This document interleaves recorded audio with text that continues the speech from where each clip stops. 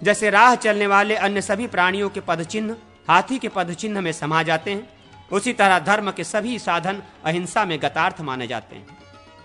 हिंसा में 10 भेद हैं। किसी को उद्वेग में डालना, संताप देना, रोगी बनाना, शरीर से रक्त निकालना, चुगली खाना, किसी के हित में अत्यंत बाधा पहुंचाना, उसके छिपे हुए रहस्य का उद्घाटन करना, दूसरे को सुख से वंचित करना, अकारण कैद करना और प्राणदंड देना। जो बात दूसरे प्राणियों के लिए अत्यंत हितकर है वो सत्य है। सत्य का यही लक्षण है। सत्य बोलें, प्रिय बोलें, अप्रिय सत्य कभी ना बोलें।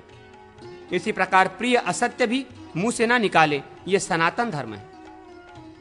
ब्रह्मचर्य कहते हैं मैथुन के त्याग को। मैथुन 8 प्रकार का होता है। स्त्री का स्मरण, उसकी चर्चा, उसके साथ क्रीड़ा करना, उसकी ओर देखना, उससे लुक छिप कर बातें करना, उसे पाने का संकल्प, उसके लिए उद्योग तथा क्रिया निवृत्ति, स्त्री से साक्षात समागम, ये मैथुन के 8 अंग हैं। ऐसा मनीषी पुरुषों का कथन है। ब्रह्मचर्य ही संपूर्ण शुभ कर्मों की सिद्धि का मूल है। उसके बिना सारी क्रिया निष्फल हो जाती है। वशिष्ठ, चंद्रमा, शुक्र, देवताओं के आचार्य बृहस्पति तथा पितामह ब्रह्मा जी ये तपोवृद्ध और वयोवृद्ध होते हुए भी स्त्रियों के मोह में फंस गए। गौड़ी, पैष्टी और माधवी ये 3 प्रकार के सुरा जाननी चाहिए।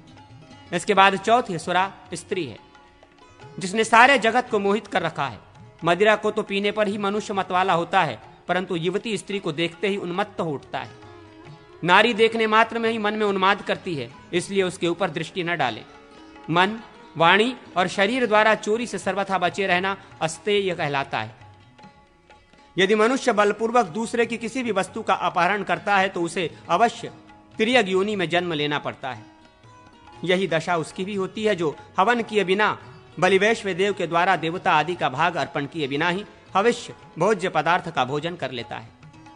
कौपीन, अपने शरीर को ढकने वाला वस्त्र, शीत का कष्ट निवारण करने वाली कंथा, गुदड़ी और खड़ाऊं, इतनी ही वस्तुएं साथ रखें। इनके सिवा और किसी वस्तु का संग्रह न करें। यही अपरिग्रह है। शरीर की रक्षा के साधनभूत वस्त्र आदि का संग्रह किया जा सकता है। कर्म के अनुष्ठान में लगे शरीर की यत्नपूर्वक रक्षा करनी चाहिए।